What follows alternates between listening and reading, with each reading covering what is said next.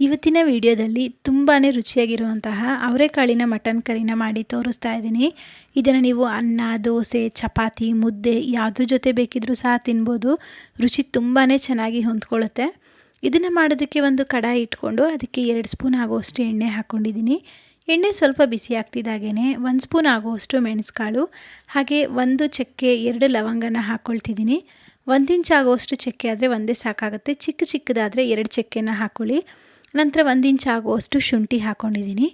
ನಂತರ 1 ಹಿಡಿ ಆಗುವಷ್ಟು ಬೆಳ್ಳುಳ್ಳಿನ ಸೇರಿಸ್ಕೋಬೇಕು. ಇದಿಷ್ಟನ್ನು ಹಾಕ್ಕೊಂಡು ಸ್ವಲ್ಪ ಬಾಡಿಸ್ಕೊಳ್ಳೋಣ. ತುಂಬ ಜಾಸ್ತಿ ಫ್ರೈ ಆಗೋದೆಲ್ಲ ಏನು ಬೇಡ. ಸ್ವಲ್ಪ ಎಲ್ಲ ಮಸಾಲೆಗಳು ಬಿಸಿ ಆಗ್ತಿದ್ದಾಗೇ ಮೀಡಿಯಮ್ ಸೈಜಲ್ಲಿ ಕಟ್ ಮಾಡಿರುವಂತಹ 1 ಈರುಳ್ಳಿನ ಸೇರಿಸ್ಕೊಂಡು ಫ್ರೈ ಮಾಡ್ಕೊಳ್ತಾ ಇದ್ದೀನಿ. ಈರುಳ್ಳಿ ಎಲ್ಲ ಸ್ವಲ್ಪ ಬಣ್ಣ ಬದಲಾಗ್ತಿದ್ದಾಗೇ 1 ಹುಳಿ ಇರುವಂತಹ ಟೊಮೆಟೊ ಹಾಕ್ಕೋಬೇಕು. ನಂತರ ಅರ್ಧ ಹಿಡಿ ಆಗುವಷ್ಟು ಕೊತ್ತಂಬರಿ ಸೊಪ್ಪು, 8ರಿಂದ 10 ಆಗುವಷ್ಟು ಗೋಡಂಬಿ ಹಾಕೋಬೇಕಾಗತ್ತೆ. ಗೋಡಂಬಿ ಹಾಕೋದ್ರಿಂದ ಗ್ರೇವಿ ಟೆಕ್ಸ್ಚರ್ ಚೆನ್ನಾಗಿ ಬರುತ್ತೆ ಅಂತ ಹಾಕಿದ್ದೀನಿ. ಇಲ್ಲ ಅಂತ ಅಂದರೆ ನೀವು ಗೋಡಂಬಿನ ಸ್ಕಿಪ್ ಮಾಡ್ಕೋಬೋದು. ಇದನ್ನೆಲ್ಲ ಹಾಕ್ಕೊಂಡು ಸ್ವಲ್ಪ ಈ ರೀತಿಯಾಗಿ ಫ್ರೈ ಮಾಡ್ಕೊಳ್ಳೋಣ. ಟೊಮೆಟೊ, ಕೊತ್ತಂಬರಿ ಸೊಪ್ಪೆಲ್ಲ ಮೆತ್ತಗಾದಮೇಲೆ 1/4 ಟೀ ಸ್ಪೂನ್ ಆಗುವಷ್ಟು ಅರಿಶಿನ, 2 ಸ್ಪೂನ್ ಆಗುವಷ್ಟು ನಾನ್ ವೆಜ್ ಸಾಂಬಾರಿಗೆ ಬಳಸುವಂತಹ ಸಾಂಬಾರು ಪುಡಿನ ಹಾಕ್ಕೊಂಡಿದ್ದೀನಿ. ಈ ಒಂದು ಸಾಂಬಾರು ಪುಡಿ ಹೇಗೆ ಮಾಡೋದಂತ ವಿಡಿಯೋ ಬೇಕಿದ್ದರೆ ಆಲ್ರೆಡಿ ಅಪ್ಲೋಡ್ ಮಾಡಿದ್ದೀನಿ, ಒಂದ್ಸಲ ಚೆಕ್ಔಟ್ ಮಾಡಿ. ಇಲ್ಲ ಅಂತಂದರೆ ಸ್ಕ್ರೀನ್ ಮೇಲೆ ಬರ್ತಾ ಇರುವಂತಹ ಐ ಬಟನ್ನ ಕ್ಲಿಕ್ ಮಾಡಿ. ಈಗ 1 ಕಪ್ ಆಗುವಷ್ಟು ಹಸಿ ತೆಂಗಿನಕಾಯಿ ತುರಿನ ಹಾಕ್ಕೊಂಡು ಚೆನ್ನಾಗಿ ಮಿಕ್ಸ್ ಮಾಡ್ಕೊಬೇಕು. ತೆಂಗಿನಕಾಯಿ ತುರಿ ಹಾಕ್ತಿದ್ದಾಗೇ ಸ್ಟವ್ನ ಆಫ್ ಮಾಡ್ಕೊಂಬಿಡಿ.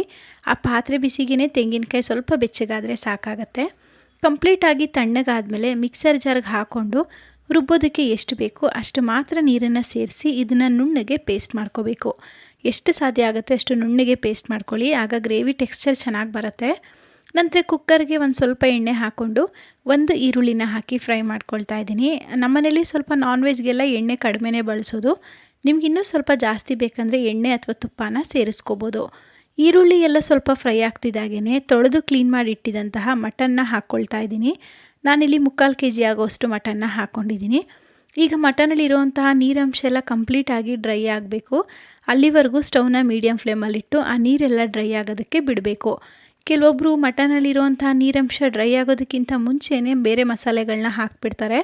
ಆ ರೀತಿ ಮಾಡೋದ್ರಿಂದ ಆ ಮಟನಲ್ಲಿರುವಂತಹ ಸ್ಮೆಲ್ಲೆಲ್ಲ ಗ್ರೇವಿಗೆ ಸೇರಿಕೊಂಡು ತಿನ್ನೋದಕ್ಕೆ ಅಷ್ಟು ರುಚಿ ಅನಿಸಲ್ಲ ಮತ್ತು ಸ್ಮೆಲ್ಲು ಸಹ ಚೆನ್ನಾಗಿರಲ್ಲ. ಹಾಗಾಗಿ ನೀರೆಲ್ಲ ಕಂಪ್ಲೀಟಾಗಿ ಡ್ರೈ ಆಗೋದಕ್ಕೆ ಬಿಡಿ.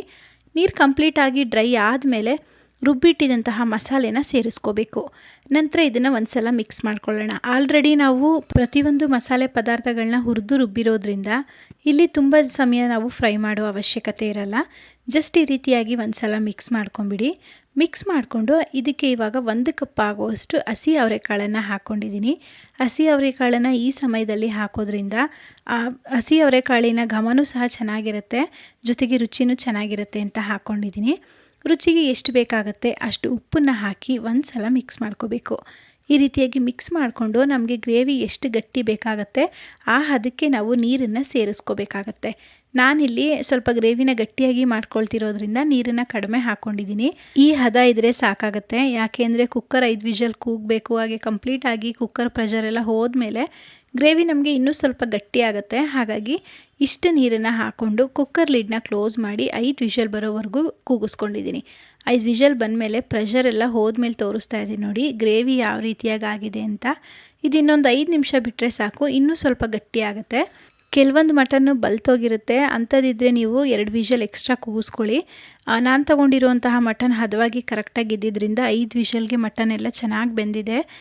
ಇದ್ರ ಜೊತೆಗೆ ಕುಷ್ಕ ಆಗಿರ್ಬೋದು ಅಥವಾ ಮಾಮೂಲಿ ರೈಸ್ ಇರ್ಬೋದು, ಮುದ್ದೆ, ಚಪಾತಿ ಯಾವುದ್ರ ಜೊತೆ ಬೇಕಿದ್ರೂ ಸಹ ತಿನ್ಬೋದು.